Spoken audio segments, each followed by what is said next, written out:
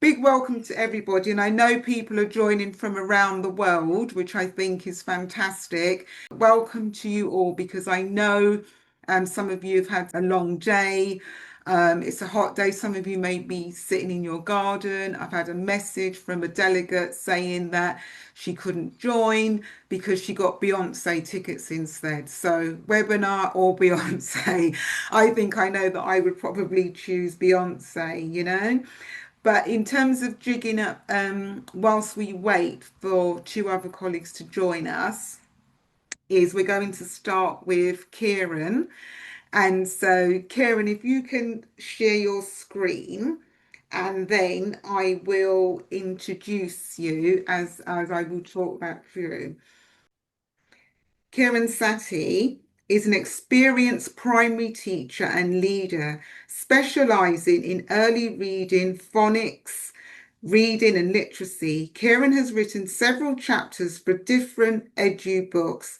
She is the 2023 UKLA Farshaw Double Award winner, Reading Champion, and Author's Choice for her DEI pupil leadership work around reader violation and agency. So over to you, Kiran. Thank you, Laura. So I'm going to share what we're doing at Oasis Academy Woodview, our reading club called Bambinos and Books, and it's all about nurturing early reading development before the children even come into our reception. So before I go into the details of the club that we have, the Oasis entitlement across the trust is reading being a golden thread through our curriculum and provision. So you will see we have lots of opportunity to develop reading in lots of different ways. We are very conscientious when it comes to looking at the systematic synthetic teaching of phonics, but it's always within a culture of reading for pleasure. It's always nurtured through stories, and we always contextualize the vocabulary where possible. So the layers of meaning work, based on Nikki Gamble's work from decades ago now, probably, is very much part of our book taught Bye. units as well, which links in with certain things that we do with phonics. So it all links really, really well. The Bambinos Book Club was inspired by some book trust research that I think was published about 2 years ago now, where it was looking at generational reading cycles and the importance of parental enjoyment as well as engagement, but it was more so about parents role modeling, enjoying reading. What the research found was that it enabled more opportunities, opening up for their children on the reading journeys. It also showed that it fostered a mutual exchange of positive emotions between mothers, fathers, kinship families, family, and the child. And it motivated the children as well in the longer term. And what's lovely about the research is that it does a really good infographic there that you'd be able to use for every reading workshop, where it basically illustrates the point of successive generations of readers enjoying reading and sharing that enjoyment with their children from the earliest age possible. I then shared this with staff, and I also shared it with the parents who came to our launch, which Laura was invited to and supported me with in launching. And what we did is we shared this research as our way of saying this is what we're sort of building on from, that where we are, it's an underserved community. It's not disadvantaged because those children and families have lots to share and offer. So it's an underserved community.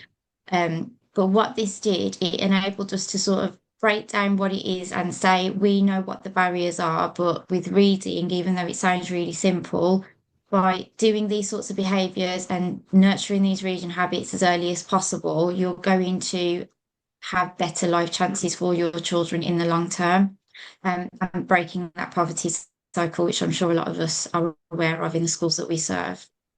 But you can see there it also looks at well-being, it also looks at social mobility. So it enabled the parents to see when we're talking about reading, it's more than just in the classroom or in schools. It's the whole point of this webinar. It's about that village of people around the child.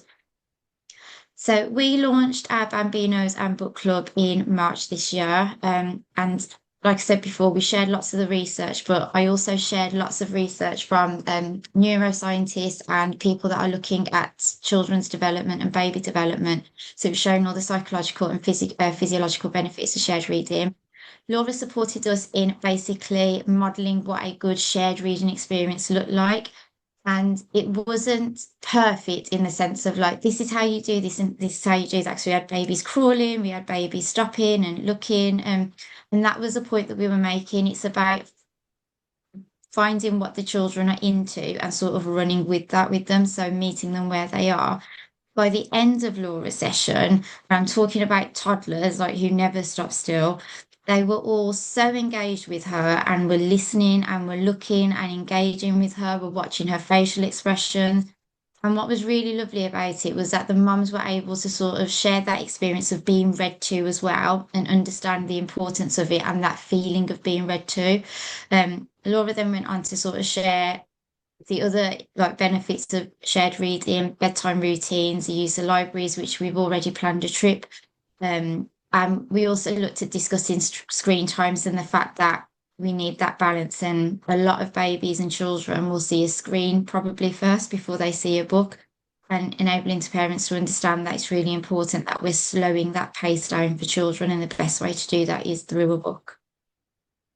The parent reflections were really lovely at the end of that session as well. So just some there to read.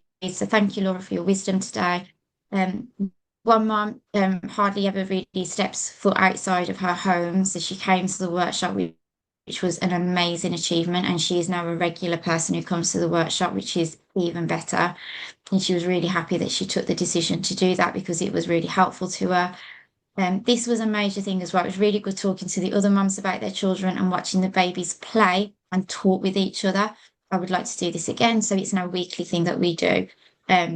But what was really lovely is that we were creating a community organically.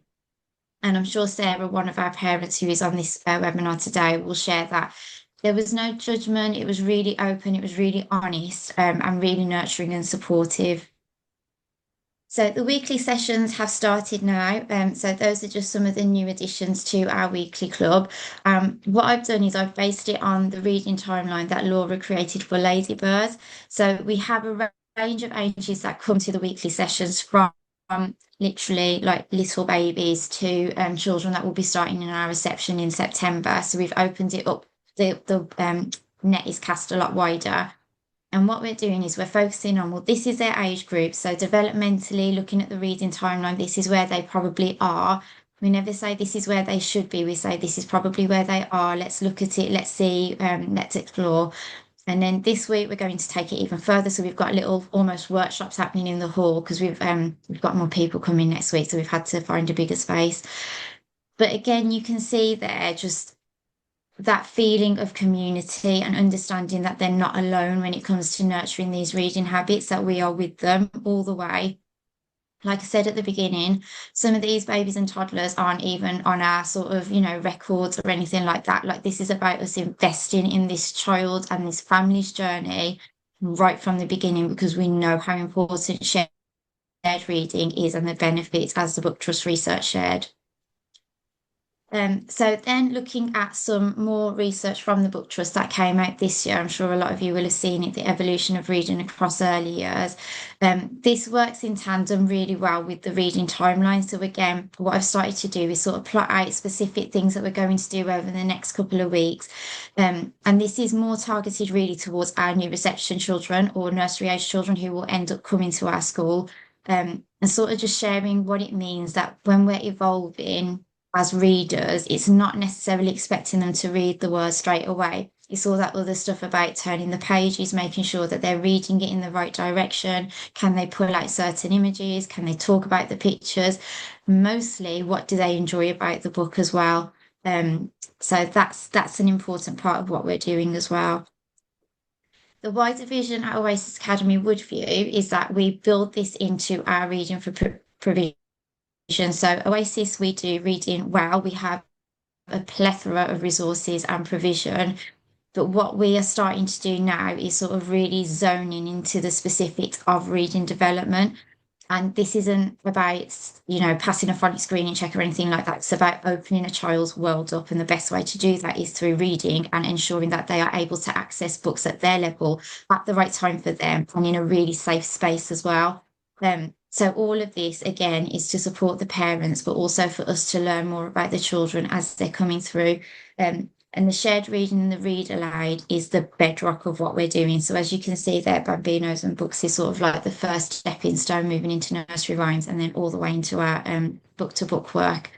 But what we're saying is shared reading is the bedrock of what we're doing, and it's so important for every child across our schools, even more so important for those children that are going to enter our schools as well. So if we can be part of that child's journey from the beginning, how privileged that is, but also how empowering it is for families as well to know that they're not alone. And then reading solution. So it's really based on, it's a big question there, but reading solution for me is making sure that the reader is at the centre of every sort of decision that you make, and knowing that there is a way for that interconnectedness to happen. And school tends to be a way for that.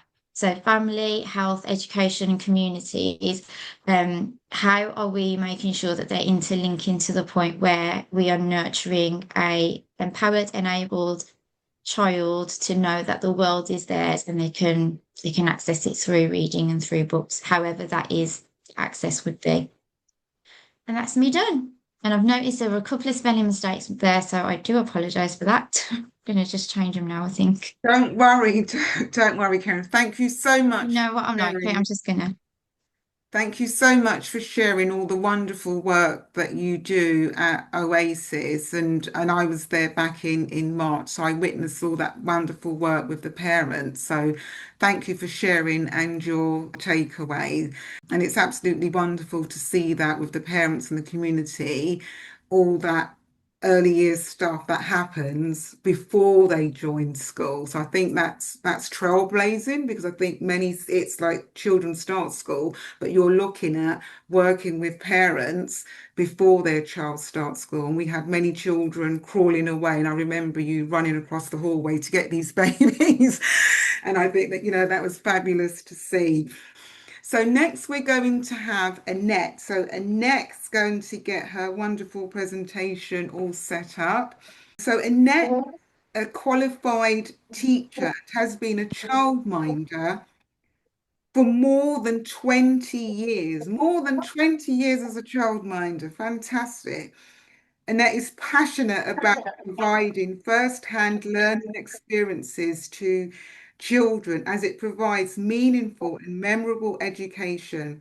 Her achievements include Ofsted Outstanding, Woot Woot, Childminder, Senko of the Year 2024, and the Royal Horticultural Society 5-star Gardening School and Lambeth Natural Thinkers settings.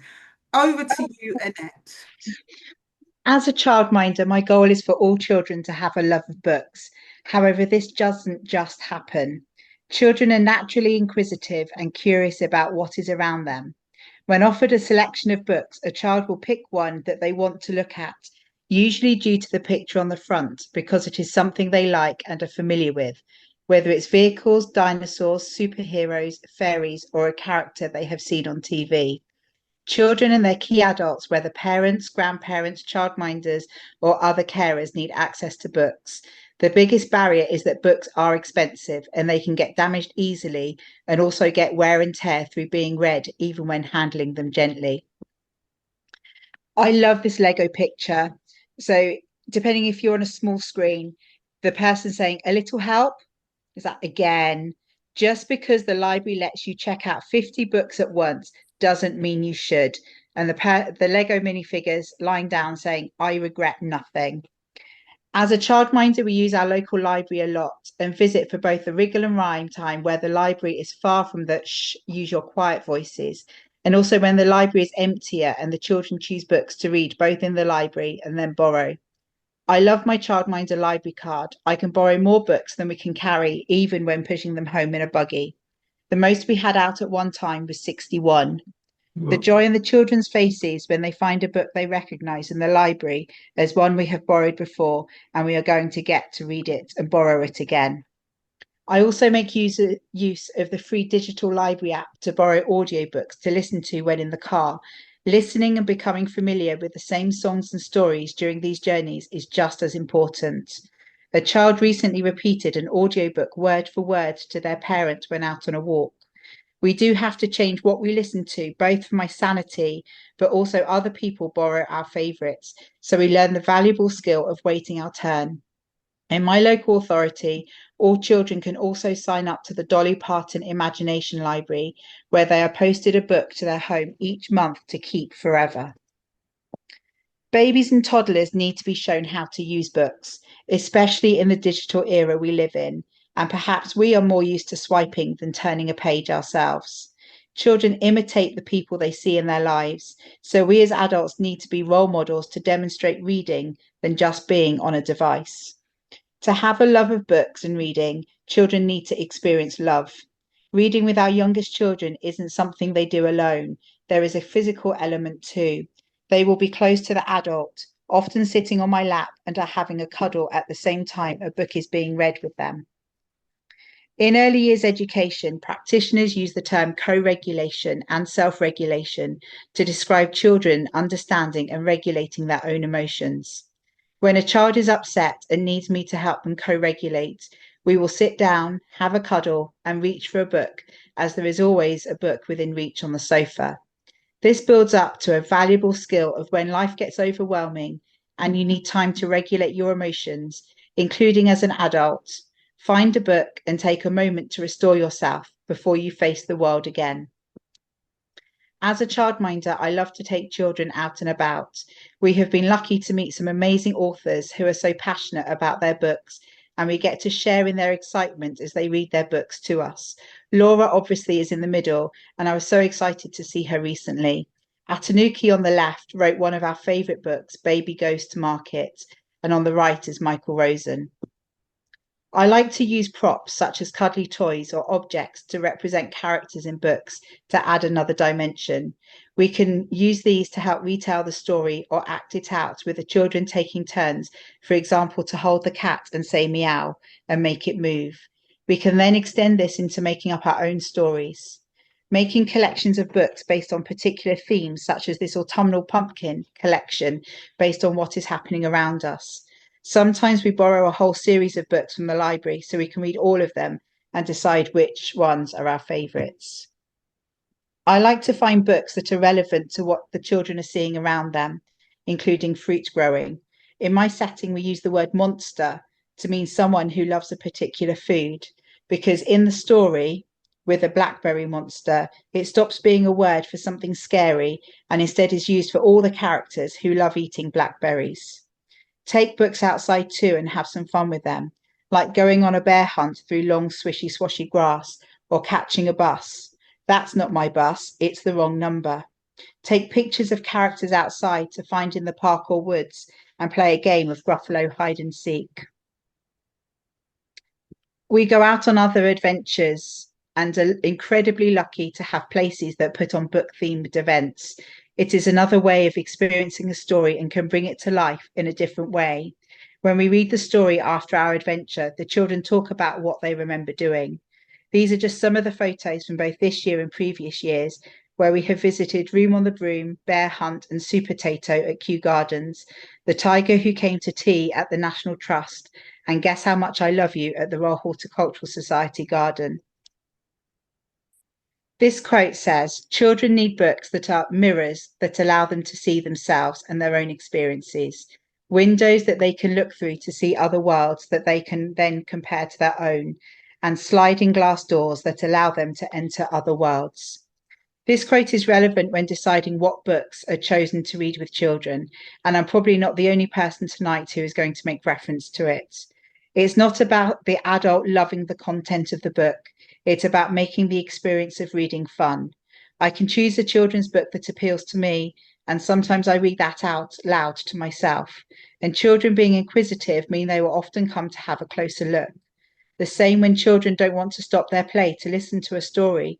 Sometimes they can multitask and be pushing a car around, but verbally join in with the words or rush over to see a favourite picture and point something out. I want all children to love books. I know I have succeeded when a child says again as soon as I finish the book. I read the same book many times each day and more the next day. A child has favourite books which they find and thrust at me to read as they climb onto my lap. The child starts to join in with some of the words as we read the book together. The child looks at the book alone and remembers parts of the story as they turn the pages. The child remembers nearly every single word and recites the whole book, sometimes even without the book in front of them. We search in the library for a book we borrowed a while ago, but the child wants it again. As adults, we are the biggest role model and examples to the children we nurture. Make sure we are reading and demonstrating our love for books each and every day. Wow, Annette, that was absolutely amazing. Thank you so much for sharing that. And I know you are a passionate childminder because I know you from attending many professional development sessions that I've done keynotes on, not just to do with books. So thank you so much. And I really wanted a childminder to be involved in this webinar because I know sometimes childminders are excluded from many things within early years, and I thought it was super important. And I know Jane is an ex-childminder as well. She's nodding, I can see there. It really is important that you share and you celebrate books. I can even see some books in the background in your Zoom picture. As Annette was passionately talking about libraries, and anybody who knows me, I am a real library person myself because I am dyslexic. I was brought up in a council estate and we had a tiny little library that was our lifesaver. And big up as well also to, I have to mention the Puffin Book Club. Any of you are as old as me may have remembered the Puffin Book Club. And we used to get this large glossary of books. And when pennies were okay, my mum used to always purchase us a book, which must have been quite difficult for her because I was actually one of six, but she knew that books were super important. And as I'm talking about libraries, I'm going to introduce the fabulous Sarah Smith, who is I call Queen Librarian, I would say. So Sarah champions diversity in children's literature and includes the production of diverse voices. She's a book reviewer for the Empathy Lab, and today is World Empathy Day as well. And inclusive books for children.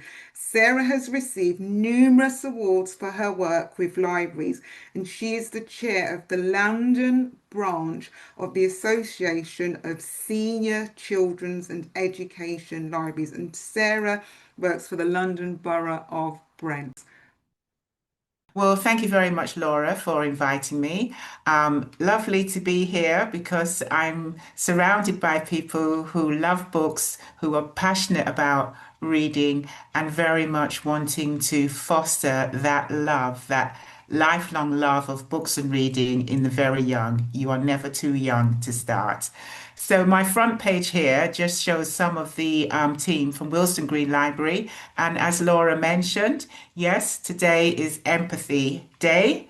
This year, Empathy Lab decided to run it as a festival from the 2nd to the 12th of June. So in Brent Libraries, we've been very busy with programming for invited school classes, for under fives, which I'm going to be focusing on. And also we had a family weekend of events. So got a great team there. So how we do it in Brent. So I'm going to run through our partnership working with Book Trust, talk a little bit about Brent Libraries, our summer festival, summer fun festival, and also some book recommendations. So we have a very strong relationship with Book Trust. And I would say practically every library service in the UK has a similar relationship. Many of you will be familiar with the Book Trust packs that are distributed in children under 5. So we kick off with Book Start Baby, which in Brent is delivered by the health visitors. So when parents and carers go for health checks with their very young ones, they get given a Book Start Baby pack. Next up, we have the Bookstart toddler and preschooler for children at school, and that's aimed at the 3 to 4 year olds. And that is very much distributed from our family wellbeing centres, but also targeting areas of deprivation. Book Trust also has other packs, such as Send packs for children with a range of disabilities, and they also provide dual language books. They do a whole range of services, but I just want to focus on the early years here, and I'm going to show you how that then ties in with service provision in Brent libraries. Okay, so basically, yes, I've given you the overview of our relationship with Book Trust and what we do. One of the things that Book Trust launched about 4 to 5 years ago is the Book Trust Storytime Prize. A lot of library services have bought into that. It's free. We get delivered to us about 5 large books, so extra large, the big books as we would call them, often supported by the same version of the book, but at the usual normal size.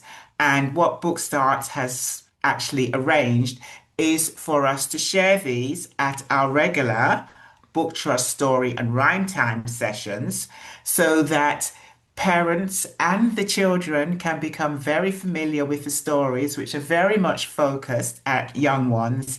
And in the second term, so it's launched in autumn, and towards the end of the spring term, parents and carers get to vote. But they get to vote based on how their children respond to the books. And the winning book this year was 10 Little Ducklings by Lucy Rowland. So I've just got a picture of it up in the corner there. So along with running our usual storytelling, this is another element that we've introduced into our weekly Book Trust story and rhyme times. And what I want to emphasize here is that we don't just call our sessions under 5 story and rhyme times. We've badged them Book Trust story and rhyme times. So it builds on the packs that were given to the children, starting with when they went to have their health checks, and the health visitor gave out the Bookstart baby, and then also what they might have received going to the family wellbeing centres. So it's continuing that journey, and hopefully what we're embedding in parents and carers is that whole sort of focus on the importance of never being too young to start learning to enjoy books and stories. With the Book Trust Storytime model, there are also incentives, so you get workbooks and you get stickers that you can put in, and you can get a certificate at the end of the journey. So it's proved very popular, and it's an additional resource to what we offer when we run our Book Trust story and rhyme times. So as I've mentioned, all our under 5s throughout our 6 libraries, because we have 6 libraries in Brent, and they're all badged as that. In addition to those sessions, we will include themed sessions as well to help get that engagement going. And really, it's all helping to make very young children school ready for when they move on to school.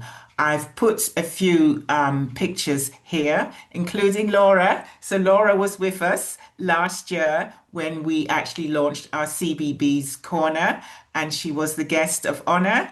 And very aptly, because we've just come out of the Big Green Week, her book was on Maya and Marley. So it was lovely to have, and of course, might I say that Maya and Marley are extremely popular. So it resonated with a lot of young children who came in for that session.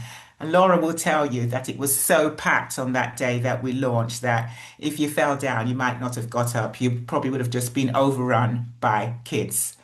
But as you can see here, what we do is so our weekly Book Trust story and rhyme time sessions, and tied in with that is we use opportunities throughout the year to link in to themes. So the Big Green Week, Black History Month, Mayor and Marley, which were tied into the launch of our CBBS Corner, Empathy Festival, which is just coming to an end now. And as Laura has mentioned, I am a judge on Read for Empathy. So of course, Brent has to deliver an empathy festival.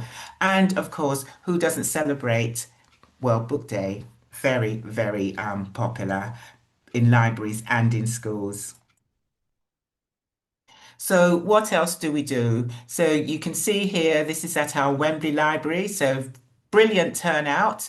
We use stats to encourage parents and carers to really sort of sign up to the importance of you are never too young to get started with books and enjoying stories.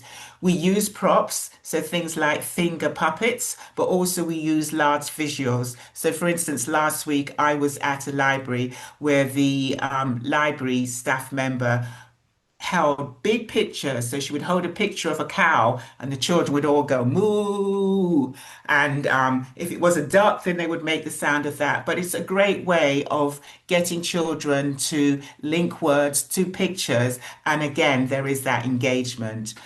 We also work very closely with our early years team within local authority, and that's really helpful for speech and language development, which is so important in the younger children. We also work closely with our health visitors for oral health because actually in Brent, we have a very poor record with the teeth of young children because unfortunately, a lot of parents feed their children very sugary drinks, and so then the children have to go into hospital to have their teeth removed. The parents often think that it's not a problem because it's the milk teeth, but actually there is a lot of damage that is done that impacts on the new set of teeth. Staff training, we run a lot of staff training, and I've just mentioned above the importance of speech and language, and that's where our early years team really helps us because we have more than 160 languages spoken in Brent, and so you will understand that a lot of children aren't necessarily speaking English at home, so coming to our book trust story and rhyme time sessions is a real opportunity to develop those language skills.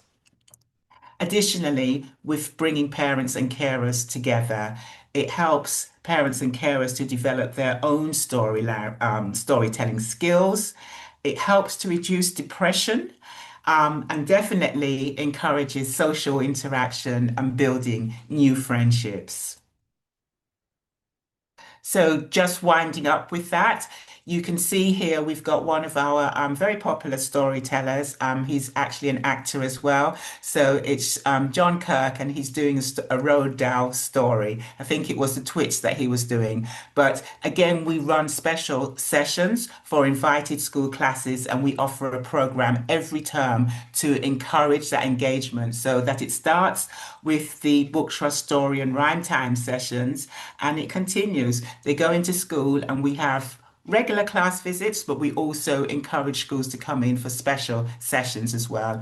And what we constantly push throughout the whole time is the importance of library membership. It costs nothing at all, and also really encouraging parents and carers to borrow books when they do come in, because it's surprising how many parents and carers will come for these under five sessions and not borrow at all, and the child doesn't have a library membership card. So that's very important, and we continue that with schools where we say, listen, take the books, you can take the books back to school. Okay, we don't want you to take them home. They can have a separate card for that, but at least the children can get into that habit very early of borrowing books and enjoying them at school.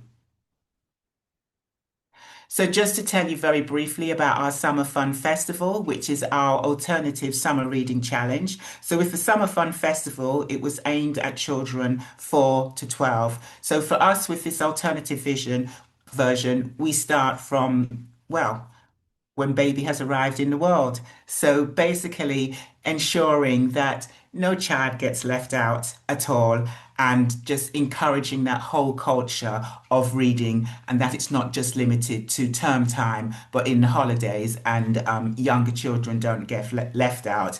And you can see some of the focuses in terms of stories that we're going to focus on for the young ones. Right, just coming to the end now, I just wanted to tell you about Inclusive Books for Children. It's a wonderful website, and they're very new. So this is, I think, their third year of running, and it's great for books that reflect diversity and inclusion. And these were the winners for 2025. I think, Laura, you'll probably be sharing the PowerPoint afterwards. So don't worry, no need to scribe hastily. I just wanted to mention some other recommendations. So, yes, the Read for Empathy. So, we've got books aimed at the primary school age as well as secondary school. Don't forget Books for Keeps, which is very much available online, no cost. I've mentioned briefly inclusive books for children. And of course, there is Book Trust. And this is a new find, Every Cherry Publishing. So that's very much supporting children coming from a SEND background and where reading is a little bit more challenging.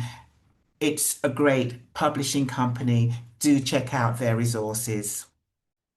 And I think that's me at the end here. So here I am actually talking to a different age group. This was a project around dementia. Yes, but there we go. Thank you very much. Thank you, Sarah. Thank you for condensing that down because I'm sure you could have probably gone on for about 2 hours of all the stuff that you do in Brent, which I know. And I think one of the things I wanted to pick up on there was when you was talking about the oral health. And I think in terms of making that link, and I would say there's three things that are super important within childhood and beyond, and that's health, education, and housing. And they are so important. And I know in some of many libraries are used as a warm shelter, so to speak. So in terms of housing having a big impact on children, and some parents, when I've been in sessions in libraries, they come there because it's clean and it's safe and it's warm rather than being in a hotel or a hostel. And we have to recognise that as the village here this evening and beyond. So thank you so much, Sarah. That was wonderful. And I'm just going to introduce Frank now, who doesn't really need an introduction, but I will give him an introduction.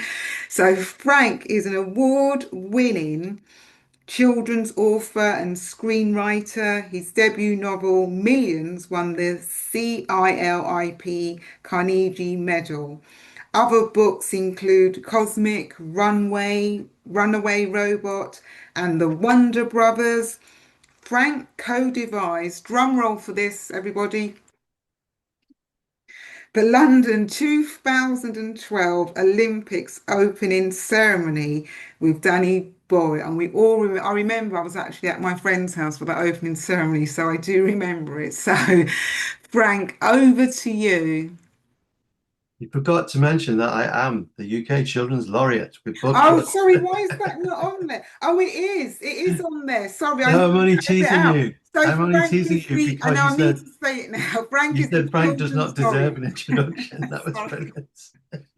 It's so nice to see you, Laura. Listen, I'm the Children's Laureate, and I've been a middle grade children's writer, and early years is completely new to me. And I came into it on a kind of instinctive thing.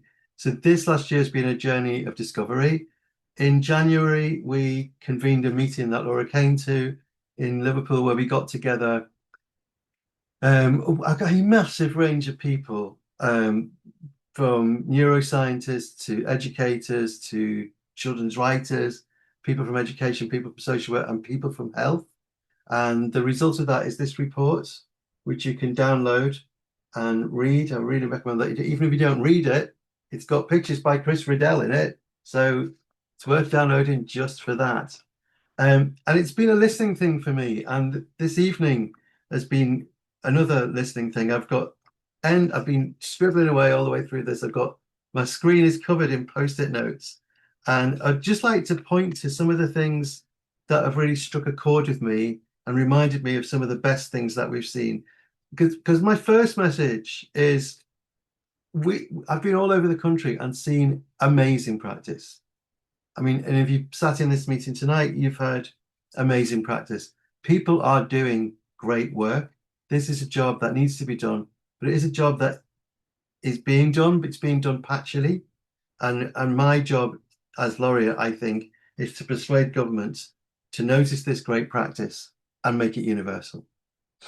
So some of the things that struck me tonight, at the beginning, listen to Kiran from Oasis, all wonderful, wonderful stuff. But the thing that really struck a chord with me was you said that shared reading creates a community organically.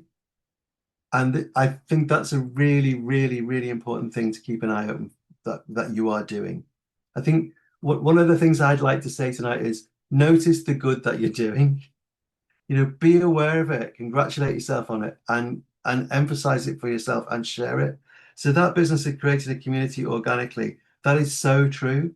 I've been visiting with Book Trust a community reading club in Shireburn in Sheffield, which is an area that is very, very, very, very underserved indeed.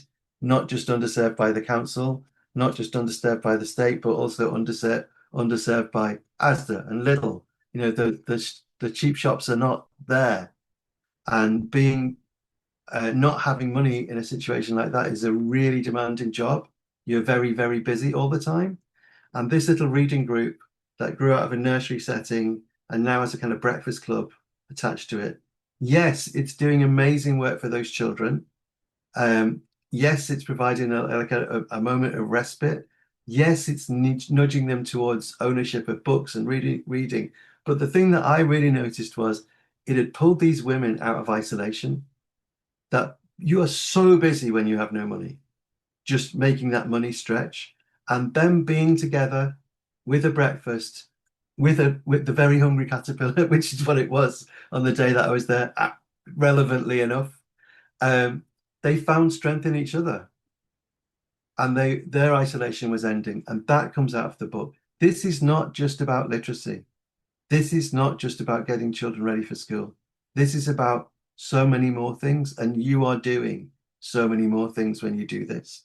Annette, your presentation was so lovely, Annette. It was just brilliant. It just sang to me.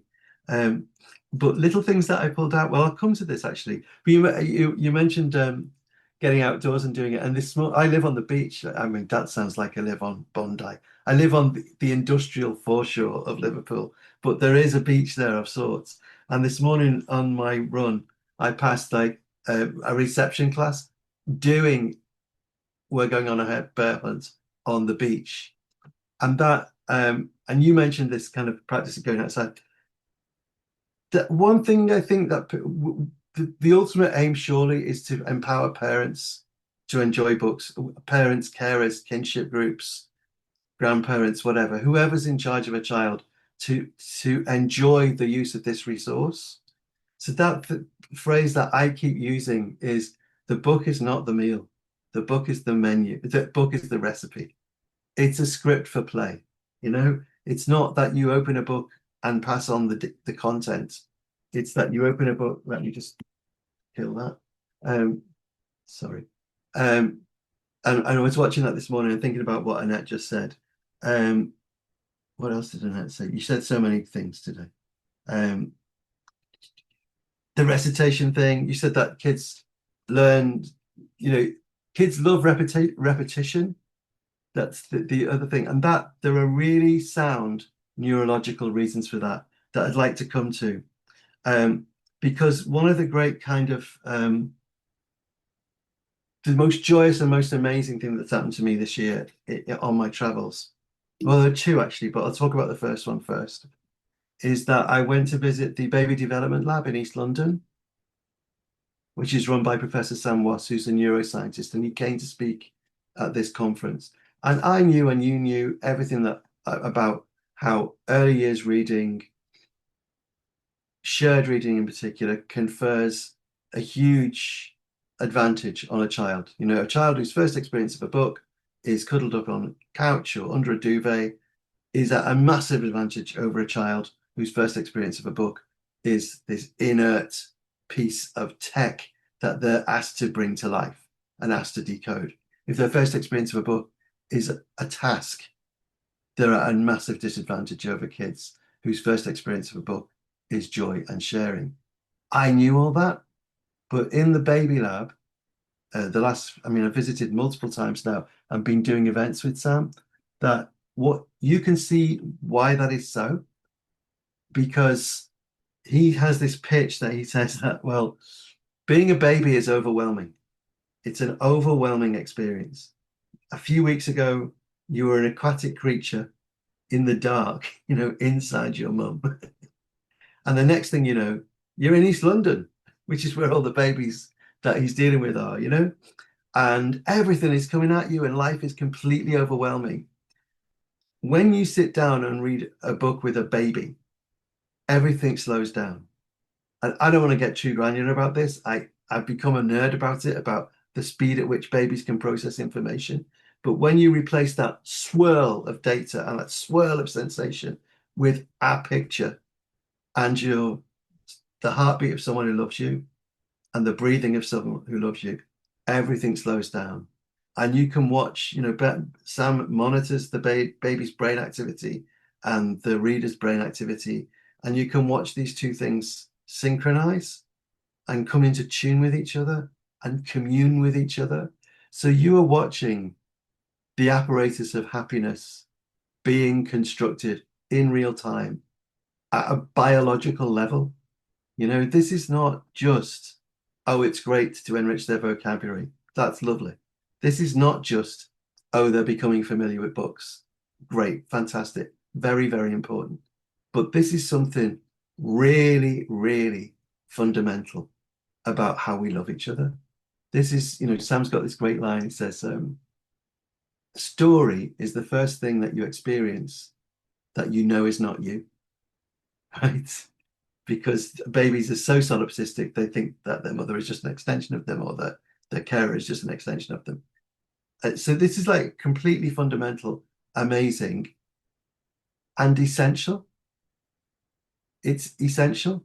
If our children are missing out on this, they are missing out on the step to becoming, one of the steps that we take to become humans, to become individuals. So the first thing to say is, do not underestimate the importance of what you're doing. Society underestimates it, and a lot of parents underestimate it. It's enormous. It's essential. There's something about the power of your voice, your breathing, your heartbeat that is completely fundamental to growing up. And I just glimpsed Sarah reading at a dementia class. My dad had dementia for the last 7 years of his life. And for those years, he mostly didn't know who I was. He never knew where he was. But if I read to him, he couldn't follow the story. But you'll know this, Sarah. We were in the same space. We were briefly in the same space. And something like what happens between a parent, carer, whatever, and a baby was happening between me and my dad. And I think that something in him was reaching back to those moments, that we built this machine of happiness and connection between ourselves that could reach through that dark labyrinth at the end, I'm rabbiting on, I'm sorry. But everything that you've said, it's all over my screen and on things. It's just fantastic. So that essential thing. So yes, everything you said has been wonderful. And you've often talked about getting children school ready and building their confidence and their vocabulary. Something much more essential is going on here. Those things are wonderful, but do not lose sight of that. Something really profound is happening beyond all that. I keep saying when you reach your baby, it's a hug that lasts the rest of your life, that child's life. And that's such a kind of twee way of putting it, but I think a hug is a really powerful thing, actually. I think it's a really powerful thing. So there's that. Laura asked us to sort of be practical and give takeaways. And I'm going to say, like, as in my role, what I've been trying to do for this is to turn the dial a little bit away from all those things that are terribly important about education and art and cultural capital and ownership and all those things towards health. So the meeting that I've been going for is not with a culture minister, not with an education minister, but with West Streeting, because I think this is a health thing. And as you mentioned, Book Trust has already kind of blended itself or infiltrated, or however you want to put it, the infrastructure that we have of early years health. You know, our health visitors are very much on side with this, and they're brilliant. You know, so that's my thing. I'm trying to kind of make this a health issue. To de-silo it is a current phrase, right? So the other big joy of my laureateship so far was at the end of this conference that Laura came to. That was so fun, watching from the stage as people started to swap phone numbers. People from very different backgrounds and disciplines were swapping phone numbers, including I saw a GP from Kirby, which is a big, very, very, very, very underserved area near Liverpool. It doesn't have a sixth form, doesn't have a bookshop, it doesn't have anything. It's just nothing, right? The GP from there, I saw him swapping phone numbers, and I thought, oh, hello, I'm going to get a phone call. And I did. I got a phone call about 2 weeks later, and he had set up a reading group for young mums in his practice. I went to that. On the drive over, he drove me. On the drive over, he said, well, some of these might not be able to read. So how are we going to deal with that? How are we going to be delicate about that? We've been there about a minute, and I started talking about how important it was. And one of the leader put her hand up and just went, I can't read. So what are you going to do about that? And several of them said they couldn't read because everyone wants the best for their children. They just put aside all that embarrassment. So we did Dear Zoo. And I think another like takeaway is the curation of what you read. Like, it's not just any book, you know? So you've talked about children need to see themselves in the books, but also mothers and, you know, carers and families need to be able to handle the book as well. So with Dear Zoo, I just said to them, look, you need to learn this one line off by heart. And the way little kids learn books off by heart and then pretend that they can read them, you know, you can do that. You can just learn this line, and then you can work out what the rest from the pictures. And we did that. We did it. I made Dear Zoo last for an hour.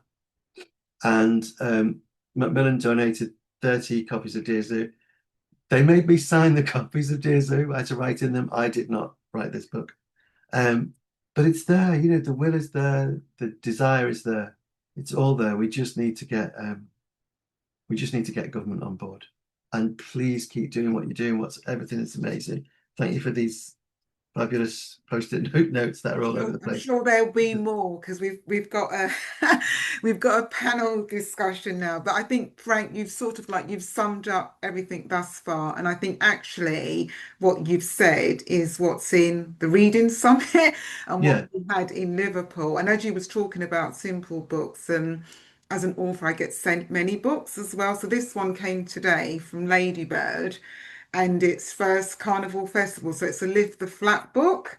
Right. Actually, I was using, I know some of the colleagues are here from the Grove Nursery School in Peckham, and in other settings that I've been into, these Lift the Flap books are not just for babies, also for children with special educational needs as well. These books are fantastic. So thank you so much for sharing, linking back all of everything, what the speakers have said. I know one of the colleagues tonight has said thank you to you as well for summarising everything that's been said thus far. I want to just bring in Jamal here. Yay! Introduction to Jamal. He's an early years educator, consultant, keynote speaker, renowned storyteller, best-selling author, worked in education 20 years plus, written articles for the local or national press, including early years, and his first picture book, Olu's Teacher, a story about starting nursery, illustrated by Lydia Embe. So Jamal, I just want to ask you, if you can fantastically unmute yourself, is as an educator and as an author and as a dad, what would be your top tips if you was being transported, okay, to all of the early years apprentice training schemes, colleges, somebody who's just starting in their early years journey? What advice would you give them in terms of reading books to children? First of all, I would ask the question, where would you like the story to take place? Where do stories normally take place? Often in settings I've worked in over the years, a lot of the time stories are restricted to book corners, carpet areas, and such, when stories can happen anywhere. It could be during the time that children are playing, role playing, acting, and there's not just one medium in terms of using a book or words and such. No, we can make our own stories with pictures or using objects of reference and things like that. In terms of practitioners and educators, the first thing I would ask for them to do is consider their audience. What approach, and then from there, what approach would you use in terms of the children's relationships with books? Because some children may not have books at home, or know how to treat books, or know that, how to turn the pages of a book, or they might just use a tablet or phone, to read their stories. The next thing I would ask them to consider is their relationships with books. What's your relationship? Do you normally read stories? Do you read stories at home? Are you confident to do so? Is it something that, when you start reading a book, you get tired, you get bored, and I would also ask them to consider the diversity in books as well. Is the book that I'm presenting to the children a book that they can connect with? Children need to see themselves. And often when I've read my story, or I've read So Much, or I've read Maya and Marley, or any book, it could be Hand of Surprise. Children often jump at the illustrations before any words are even said. Books like Whatever Next, books like The Bear Hunt, children anticipating what happens next. Books like The Caterpillar, like Frank said, some books, you could just use the illustrations. On the first day, the caterpillar ate one apple. The second day, 2 plums and such. And the next thing I would consider is how we can include children into the storytelling process as well. Not just reading at them, but using a dialogical method of reading where we ask questions and children give their answers back or express. And I'm talking about children that are verbal, obviously talking of a certain age, but then even little ones, they'll react based on things that they can recognize. So that's what I would consider. I'm just going to bring in Jane Evans. So Jane is a parenting coach, author, trainer, childhood trauma and media expert. Jane credits the babies, children, young people, parents and carers she's worked with and cared for as being her greatest teachers. They have consistently shown and taught her the realities of how lives are profoundly shaped by our early childhood experiences. Jane is also a grandmother. So Jane, just to expand on what Jamel's thoughts there, which was fantastic, Jamel, by the way. Jane, as a grandmother and the work that you do within childhood trauma, what advice would you give to educators, teachers, and parents in terms of how to use books based on your expertise on childhood trauma? That's such a great question, Laura. Thank you. So the most important thing, which is what I just delivered a whole day's training on today with professionals who are working with children and young people and babies, is you. So the most important thing is that you need to settle your nervous system in some tiny way before you start reading, sharing books or anything. Because if you don't, then you ruin the experience, to a lesser or greater extent. Because if you are, feeling a bit agitated for any reason, which we all go through different states of being stuck in fight flight or being a bit shut down and zoned out, depending on what's going on around us and in us and in our personal lives and all the rest of it. So before we step into this beautiful space and world and connection, and Annette was talking about co-regulation, I was like, yes. But the children and babies are not going to experience co-regulation, or it's going to be very uncomfortable for them if, you've just rushed in or you're distracted by something that's going on over there. It messes up your energy, and then they receive all of that into their tiny nervous systems. So I always say, if we think of babies and children as like little tiny teacups, and you're going to pour a whole teapot of your energy into theirs, and then their joy and connection with reading equals safety, and co-regulation is out the window. So it's never about doing anything big, because in the middle of an early years setting, or having been a childminder, you've got sometimes loads of children and you haven't got time to do big stuff. But if you just start the experience with, shall we have a look at this story? You've just regulated yourself a bit, or anything. The joy of, as you all know, working with young children is that you can just do stuff, random stuff. They're in for all the random stuff. And as Annette was saying, using teddies. My granddaughter, she has a huge selection of teddies. Tabby McTat is her favourite, Annette. And using a teddy and saying, "Oh, Tabby, are you okay? Would you like to take a breath?"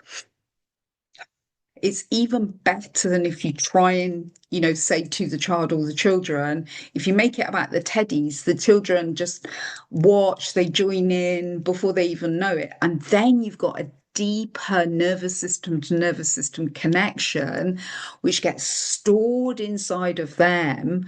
And then, as has been said, they hold that in them. And this is one of my books. They become that, when they get older, it's like, how do I just escape from whatever's going on in my life? I pick up a book, which, I'm still doing now. Very much. I love my time when I go to bed and I read my book. So it all starts with how regulated the adults are. And, as Frank was saying, that heart-to-heart connection, some children get that and others don't, because the adults have had such terrible experiences with reading.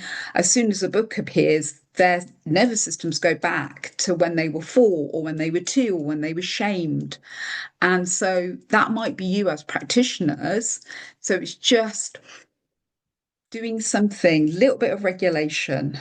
And, as Frank was saying as well, books have multiple purposes and uses. It's not all about getting them ready for school and reading and la la la. The books I created, all of my earliest books are resources for practitioners, but also parents and carers. So the Baby Bear one is for very young children who have experienced domestic abuse and violence, because, they tend to get missed out.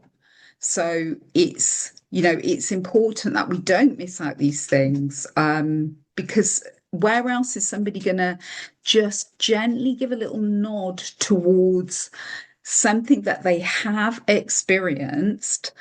And we don't want to gloss over that stuff. We don't want to dig a huge hole and make it all very traumatic for them. But again, as a practitioner, sometimes that can make you feel anxious. Oh, I'm sharing a book about domestic violence. Well, it's about a little bear, but you need to regulate yourself, start every little interaction story, whether it's a circle time or just on your own, with something, let's just be trees blowing in the wind for a minute. Oh, the leaves are trickled down. Should we have a look at the story now? And then, yes, you've got that connection, you've got that co-regulation, and that beautiful stored experience, one after another after another. Who would not want that? Thank you so much, Jane, for sharing that. And I think, for me, the key point you were saying about the Bear book, about the domestic violence, and for so many children, that is their reality. And I think it's important for other children as well, to know that some children in their nursery, in their class, or if their childminder may be going through domestic violence within the home environment. And that's when I use that term around that level of professional curiosity, to be thinking, okay, what is going on for this child? What do I need to do to make this child feel safe with me? Um, and sorry, somebody just said they've missed the title of the book, so can you hold it up? That The rest of, that yeah. sorry, I'm happy sitting at the moment, the grand dog, and he's just joining us now. So this one is called How Are You Feeling Today, Baby Bear?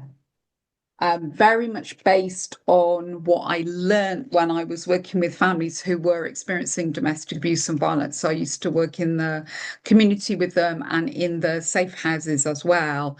And boy, did they teach me a lot. And then when my position ended because of funding, I was desperate that they had a resource which prompted me. This might be you at some point, hope not that you lose your jobs, but I thought, oh, they have to have a resource, and that's what gave me the kick to write the book. And then I managed to get it published with Jessica Kingsley. So, and then I've gone on to write 4 other books, but always with the mind of this is a resource to enable the adults to feel okay to look at stuff with children. Because we get stuck, don't we, sometimes, or we get overwhelmed. We do, don't we? We do get overwhelmed. I think you've made some good points, and I think going back to it's everything tonight is interlinked, and we never had a conversation before, any of us, before we joined this Zoom. So it's just wonderful how it's all feeding in together. I think hooking back to Jamal's point with his book, I think that's important in terms of the first for children and how scary that can be. I always say we underestimate that, don't we, in terms of, I know when I'm going into a new building how anxious I feel, and I can vocalize that. Imagine that for a 3-year-old, they can't vocalize that. And that's why books are super important. Like Olu's going into nursery, your book about the beer domestic violence. There's so many other books. My colleague Richard O'Neill, his book centers on the Gypsy Roman traveling community. Yeah. So even I'm feeling really inspired, and I'm hosting this. It's great professional development for myself. And I want to bring in Sarah. And Sarah Seaton is a mother of young children, one of whom has a disability. She loves reading a range of books with her children, as well as visiting libraries so that they can borrow books to read at home. Sarah believes that forming a positive connection with a book has a valuable impact for a parent in reflecting what their child sees. So, Sarah, I just want to put this out to you in terms of yourself as a parent, and in terms of sharing top tips, what you do as a parent, and leaning in also to Sarah about the disability, because my oldest son is autistic, and I think I had a conversation with you about that when we met. So just share because I always feel, again, the village, sometimes we only have things for professionals, and sometimes we only have things for librarians, just for Children's Laureate, like the wonderful Frank. And then we have sessions for parents, but it's all about everybody coming together as the village. So over to you, Sarah, just to share. Hi, my name's Sarah Seaton. I have one son. He's 6 years old. You might hear him in the background, so apologies there. He's got autism and on the spectrum ADHD. So I wanted to kind of shorten it as much as I can because I'm not neurodiverse as well. So I'll try and be quick as I can without changing the topic. As a single mom, I noticed with Alex before he was diagnosed that the only thing I feel we connected with before reading to him was singing. So when I noticed that when he was like 1.5, he's not responding to my name, he's not, doing certain things, I noticed with singing though, with my voice, that's the connection I had. So instead of before I started reading like books for toddlers, I started to just read to him in terms of things that I was reading because one, I'm a new mom, and two, there was times I was bored, I didn't want to watch anything, so there's times I just started to read again. So one thing I wanted to share for any parent, it's just kind of what it's what Jamal said. What's your relationship to the book? That's one thing I always think is important for anybody, because one thing I feel as a mum, it reminded me to find something positive, because before that, I just used to read to study. So obviously, when you're 21 and you're studying, you're just doing it to get your grades, and you just don't want to look at a book again because you found this kind of, oh, it's just for, to pass and get through. So when it was to go back to read personally, I had to find my feet. So what I did was, one thing I wanted to share was, what were the books that you were told as a child that helped me open the door to kind of find my relationship with a book again? So I remember my dad, well, probably from my nan, all she read to me was Bible stories. But one thing I would say is, I don't know what age, but at a very young age, I remember my dad acting it out. My dad to me was my best friend with books, because out of my mum and dad, he was the one that read to me. And what Frank said, it did have a positive relationship because he was always working evening. So I only saw my dad literally when he came in from work and when he's ready to go to work. So the only time I had with my dad was weekends or before he went to work. So he would read to me a chapter of Roald Dahl or Matilda. And that's when I feel like my imagination, I wanted to read. So what I did with my son is, as well as reading The Zoo, I kind of looked at what books I liked, which was The Caterpillar, The Tiger Who Came to Tea. So linked to what Jamal said, my son firsthand, he watched the cartoon of The Tiger Who Came to Tea. So I didn't know there was a short film. It came on Christmas time. And then after that, I started to read. That was his first book, The Tiger Who Came to Tea. So what I noticed is, because he liked animals, that helped. Describing what the tiger is doing, that helped. Him as a toddler understanding the tiger is eating. The tiger is going around the house. He started to kind of copy what the tiger is doing. And that helped me find his way on reading with him. So it was The Tiger Who Came to Tea. Then I noticed, facial expressions as well. So what's the emotions you can find in a children's book that can help you kind of get your child to mirror it with you? So with my son, I mirrored a lot of and a lot of eating, and I kind of just exaggerated the sound. So that's what kind of helped him now, and that's why he's able to, like, he'll just come to me with a book that he likes, but I feel like that's what helped him find his interest in books. And another kind of theory I had as well, kind of linked to Jamal as well, the sensory side. So for me, with my son, I take him outside. Um, Again, we're going on a bear hunt. I use that a lot, just to walk with him and to bring that sound into it, make him realize, oh, it's nature as well, kind of connecting the themes. And obviously, I feel with colors as well. So what Jamal was saying again with pictures, if you can see someone who looks like him, or even a character that probably has the same personality. So I noticed with Alex, he likes adventure. So I'll read to him Aladdin. I'll read to him Jungle Book. I'll read to him Peter Pan. And sometimes I'll read to him like Lady and the Tramp, like when animals have their own adventures. Because I notice he can still understand they're going somewhere, they need to get somewhere, and they've reached where they have to go. So sometimes I think it's kind of what happens next as well, which might help with the parent as well. If you know the book as well, it helps you describe it to your child. And also if you can like any music, if you can bring any musical sounds, like water sounds. I'm kind of speaking obviously from a SEND child, but I noticed just different sounds I add, like Jamal was saying, or if I can get an instrument to kind of introduce the book. So sometimes I'll sit with my son and go, oh, now we're gonna read, and I do this tapping thing.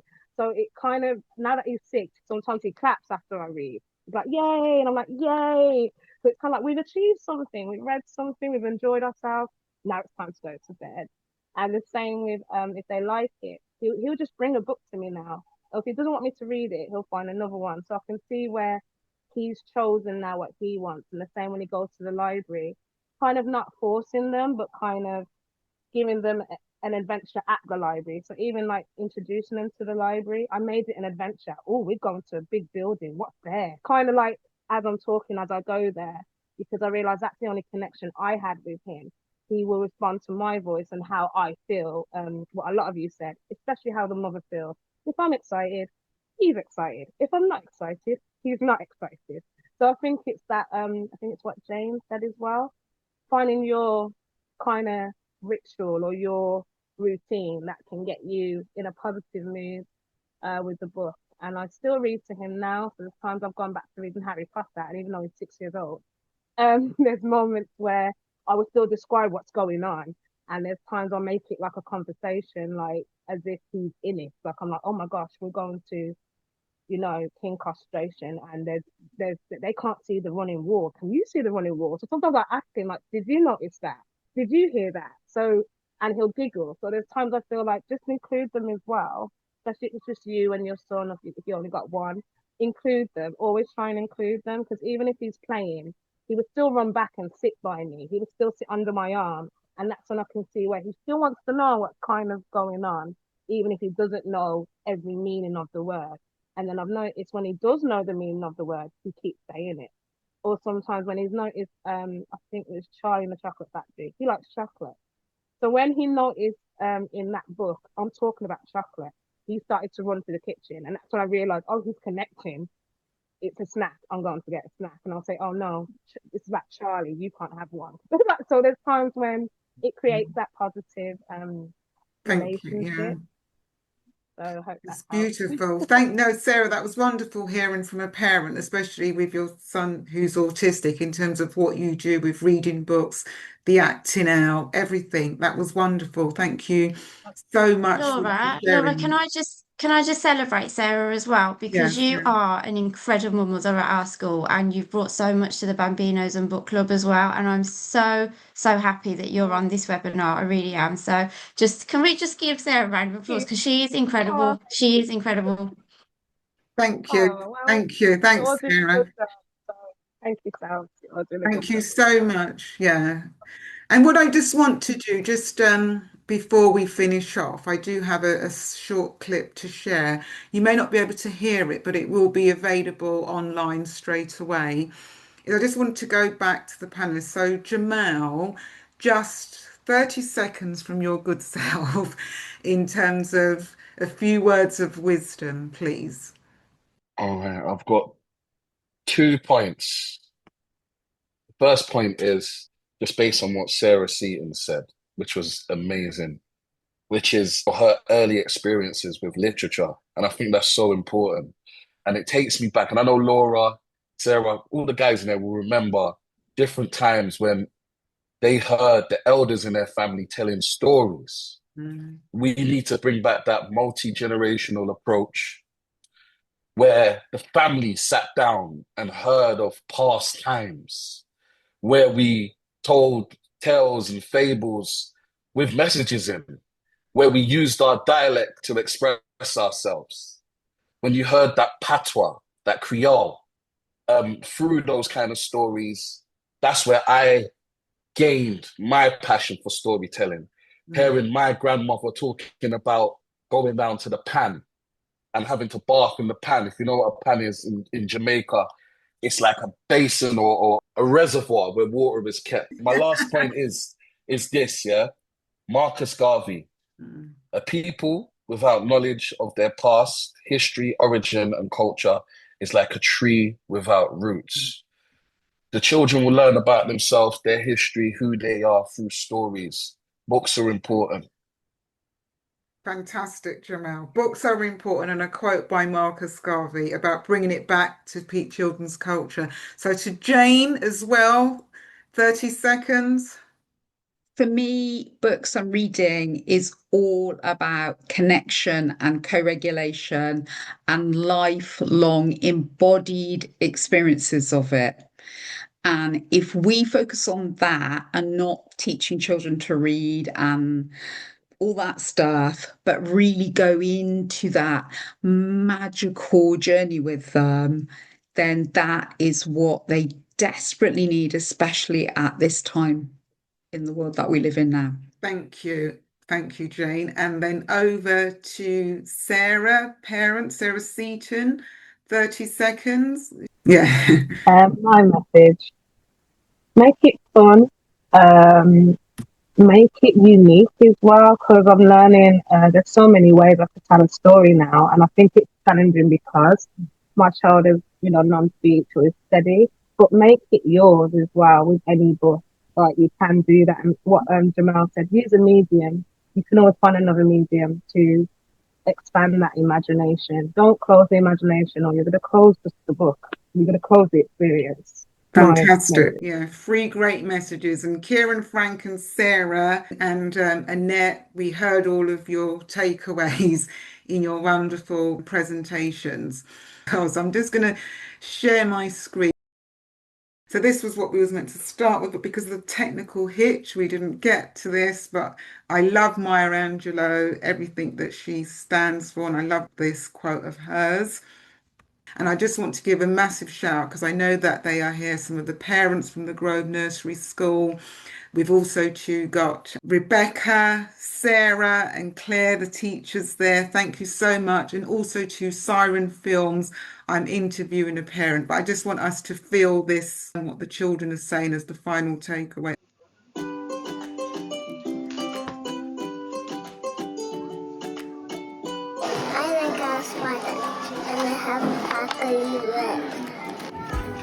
I like them, and Molly and the great big tidy up and pick up the litter. I like going on a bear hunt because there's a big friendly bear. I love Kiran because it's rainbow and sparkly. I like the one. I like Little Bear because she's a red girl like me. I like Spring Home Caterpillar because we have real caterpillars at nursery. I love Miracle Club because it's magic. I like my pet star because it looks pretty in the sky. Red, because baby could biscuits a pink. I like the purple candle because the girl has a dinosaur pet in her house. I like Alice for Love. I like Daddy and Grandma and Mommy. I like that car. I like Mother Bear. It's had on adventure.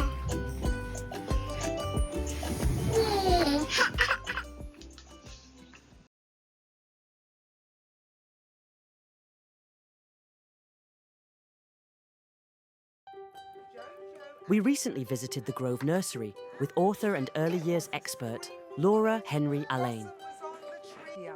She shared her new book, Maya and Marley, and the Great Big Tidy Up. Through his binoculars, there's rubbish everywhere, he says.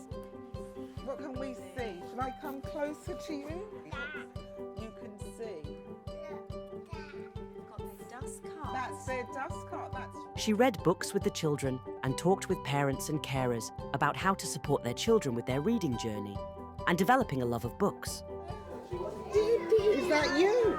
Can you see yourself in the mirror? I just wanted to get your thoughts on reading with Lila. Yeah, you know what, I'm gonna be honest, she's my first and only. So prior to her, I was completely clueless. I had no idea. So when it came to her actually asking me to read her books, I was like, why are you not sitting down and letting me read each line and each page? You know, she was all over the place. And then I kind of realized, you know, the way she reads is kind of like how she colors outside of the lines and stuff like that. So she will tell me, I kind of take her lead these days. She'll tell me, oh, you know, that she'll point out the pictures. This looks like, you know, our playground or our house, or, you know, or she'll ask me to explain to her what's happening, and then she'll relate it back to something that oh, you know, like, was that like when I went skating or when I did this? So, yeah, for the most part, I'm learning with her how she likes to read, and she'll, you know, pick out her favorite books, and she's obviously more excited when I'm more animated or, you know, all of that, but for the most part, she loves reading, and she pretty much reads to me. Oh, that's good, that's good. And do you take books home from here, from the nursery to Borough as well? Do. She's gotten really attached to the gingerbread man one, so we've had it a little bit longer than well, that's probably okay. necessary. But I hope they don't fine you. I hope not. But she's like, every time I'm like, let's take it back in. She's like, no, I really like this one. And Amazing, yeah. she's now memorizing it. So it's really good. She's And really actually, the memorizing the book, Yeah. because what she's actually learning is the repetitive phrases, Yes. and that is the beginning of learning how to read. Yeah, exactly. So if she wants to keep the book, just speak to Claire and the other Yeah. teachers here. Or if not, have you joined your local library? Yeah, we did. We Yes, go there. We actually were there this morning. Amazing, And she, yeah. she gets a little book in the mail. The Dolly Parton. Oh, the Dolly thingy, Parton. Yeah, which Yes, she loves because she yeah. gets her own little like mail come in. I'm like, you can open it. She'll open it. There's a new book in there, and she's really excited. Even in terms of tips, so I wrote this early years reading timeline for my publisher Ladybird Books, and then if we look at this in terms of, it just goes through the ages and the stages, and so at age 3, knowing that printing books has meanings, and that's where Lalia is now. She's understanding with the gingerbread man. That's why she doesn't want to give the book back. That's okay. And then I've just done some top tips in terms of reading the book with your child. When you're out on the bus, bring a book with you. In the morning, in terms of the evening routine, just have books there. And I know every single library is different depending on the local authority, but in some local authorities you can loan up to 20 books as well. And with Jojo and Gran Gran, because I think when I was here in October, I think we had a conversation about Jojo and Gran Gran being on the TV. Not being biased, because I created the show, but we also too have audio episodes on BBC Sounds, and a lot of parents and teachers don't know that. And audio books are fantastic for developing reading as well.